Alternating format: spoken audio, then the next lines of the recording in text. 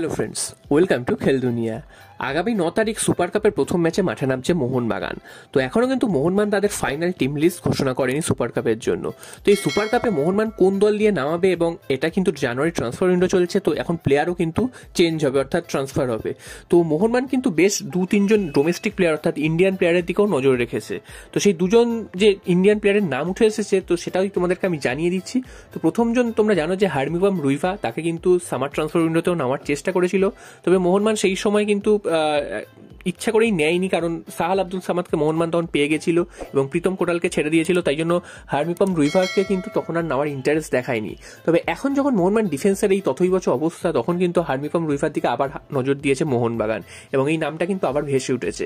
এবং এই নিউজটা কিন্তু পাওয়া গেছে ট্রান্সফার মার্কেট থেকে, সেখানেই কিন্তু দেখা যাচ্ছে যে হার্মিকম রুইভা, তার দিকে কিন্তু টার্গেট করেছে মোহনবাগান, এবং এই প্লেয়ারটিকে কিন্তু মোহনবাগান আবার নেওয়ার জন্য উঠে পড়ে লেগেছে। তো ওই প্লেয়ারটি আসলে মোহনবাগানের কিন্তু আখেরে লাভই হবে, কারণ আনোয়ার আলী কবে ফিরবেন এখনও কিন্তু জানা যায়নি, তিনি মাঠে কবে নামতে পারবেন। তবে হার্মিকম রুইভাকে যদি নেওয়া যায় মোহনবাগানের, সেক্ষেত্রে কিন্তু মোহনবাগান ডিফেন্সটা অনেকটাই লাভবান হবে। হার্মিকম রুইভা ছাড়াও কিন্তু আরও একজন প্লেয়ারের দিকেও মোহনবাগান নজর রাখছে, তিনি কিন্তু ইন্ডিয়ান ডিফেন্সিভ মিডফিল্ডার। যদিও এই মুহূর্তে অনেকজন রয়েছে মোহনবাগান টিমে, গ্লেন মার্টিন্স, দীপক টাংরি রয়েছে, তবুও কিন্তু এই প্লেয়ারটির দিকেও মোহনবাগান নজর দিয়েছে। তিনি কিন্তু হায়দ্রাবাদ এফসিতে এই মুহূর্তে খেলছেন, তার নাম হচ্ছে সাহিল ট্যাভোরা। তো সাহিল ট্যাভোরা, এই প্লেয়ারটির বয়স কিন্তু 28 বছর। তিনি বিভিন্ন ক্লাবে এর আগে খেলেছেন, ভারতের ক্লাব গোয়াতেও খেলেছেন, মুম্বাইতেও খেলেছেন।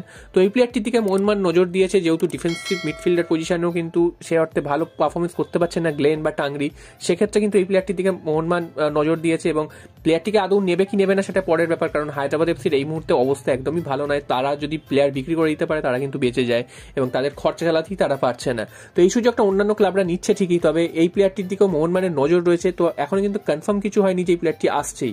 তো এটাও কিন্তু ট্রান্সফার মার্কেটে দেখাচ্ছে যে তার সাথে কিন্তু অনেক দূর কথা এগিয়েছে, এবং শেষ পর্যন্ত দেখা যাক এই প্লেয়ারটিকে নেওয়া যায় কিনা। এবং সুপার কাপ শুরু হতে কিন্তু 3 দিন মতন বাকি, তো তার আগেই যা করার করতে হবে, কারণ সুপার কাপ শুরু হয়ে গেলে নতুন প্লেয়ার নিয়ে আসে খুব একটা লাভ হবে তা কিন্তু নয়।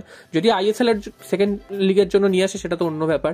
তো দেখা যাক এই দুটো প্লেয়ার মোহনবাগানে আসেন কিনা। এরপর চলে আসি লাস্ট খবরে, সেটা হচ্ছে আনোয়ার আলীকে নিয়ে। তো আনোয়ার আলী কবে মাঠে নামবেন, প্রথমে শোনা গেছিল 3 তারিখ মাঠে নামবেন, 3 তারিখটা ক্যান্সেল হয়ে শোনা গেছিল 5 তারিখ মাঠে নামবেন। তো 5 তারিখও হয়নি। তো যেটা জানা যাচ্ছে যে তিনি আজকে কিন্তু কলকাতা আসার জন্য রওনা হয়েছিলেন, তবে কিছু যান্ত্রিক গোলযোগের জন্য, আবহাওয়ার খারাপের জন্য তিনি কিন্তু আসতে পারেননি কলকাতায়। তিনি কিন্তু কালকের কলকাতায় আসছেন, এবং এসে কিন্তু তিনি প্র্যাকটিসে নেমে পড়বেন অর্থাৎ রিহ্যাব তিনি করবেন। একেবারে যে বল পায়ে প্র্যাকটিস করবেন তেমনটা কিন্তু নয়, কারণ এখনো কিন্তু তিনি পুরোপুরি সেরে ওঠেননি।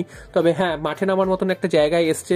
এবার আস্তে আস্তে তিনি যদি রিহ্যাব করেন, তারপর বল পায়ে প্র্যাকটিস করবেন, এবং সুপার কাপে তার খেলার সম্ভাবনা নেই। তবে আইএসএল এর সেকেন্ড লিগে যদি তিনি খেলতে পারেন, সেক্ষেত্রে কিন্তু মোহনবাগান অনেকটা লাভবান হবে, এবং তার আনোয়ার আলীর সার্ভিসটা কিন্তু আবার ফিরে পাবে। তো দেখা যাক, এই মুহূর্তে সুপার কাপ ছাড়াও একটা ট্রান্সফারের মরশুম চলছে।